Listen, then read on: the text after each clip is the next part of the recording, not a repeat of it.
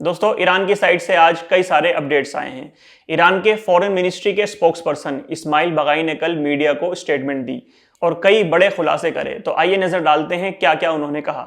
सबसे पहली बात जो कही वो डायरेक्ट अमेरिका को चेतावनी देते हुए कहा।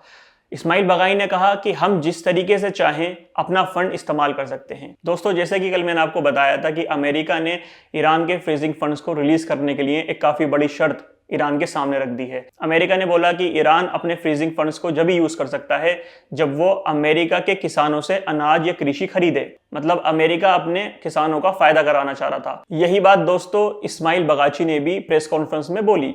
उन्होंने कहा कि ईरान जिस तरीके से चाहे अपना पैसा खर्च कर सकता है, उस पर किसी भी तरीके की कोई पाबंदी नहीं लगाई जाएगी। साथ ही में दोस्तों इस्माइल बगाई ने यह भी ऐड करा कि अमेरिका ईरान की पूरी सिविलाइजेशन को बर्बाद करना चाहता है। उसका मकसद सिर्फ ये नहीं है कि ईरान अपना मिसाइल प्रोग्राम या फिर न्यूक्लियर प्रोग्राम को रद्द कर दे।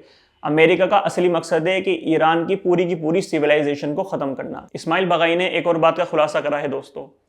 ईरान के पास पक्के सबूत हैं कि किस तरीके से मिडिल ईस्ट की कुछ कंट्रीज ने इजराइल और यूएस का साथ दिया ईरान के ऊपर हमला करने के लिए। दोस्तों, ईरान ने साफ कह दिया है जिन देशों ने हमारे साथ गद्दारी करी उन्हें इसका अंजाम भी भुगतना होगा।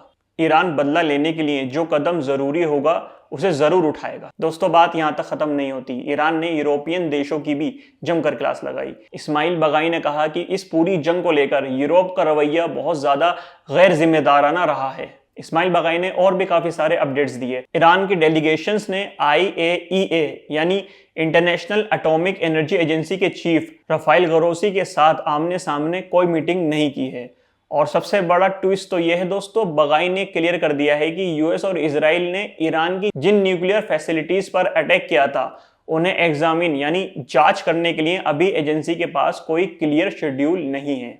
ईरान ने पीस डील की टेबल से इजराइल को सीधी धमकी भी दी है दोस्तों, यानी एक हाथ में डील का पेपर और दूसरे हाथ में वेपन। जेनीवा में यूएन के ईरानी एम्बेसडर अली बहरैनी ने क्लियर कट अल्टीमेटम दे दिया है इजराइल को। उन्होंने कहा कि अगर इजराइल ने किसी भी फॉर्मेट में MOU का वायलेशन किया, स्पेशली अगर उसने लेबनान में हिजबुल्लाह पर हमले जारी रखे, तो ईरान चुप नहीं बैठेगा, वो इसका डायरेक्ट रिस्पॉन्स करेगा। आज के अपडेट्स में दोस्तों यही कुछ था। मिलता हूं आपसे एक और नई वीडियो में, तब तक के लिए अल्लाह हाफिज।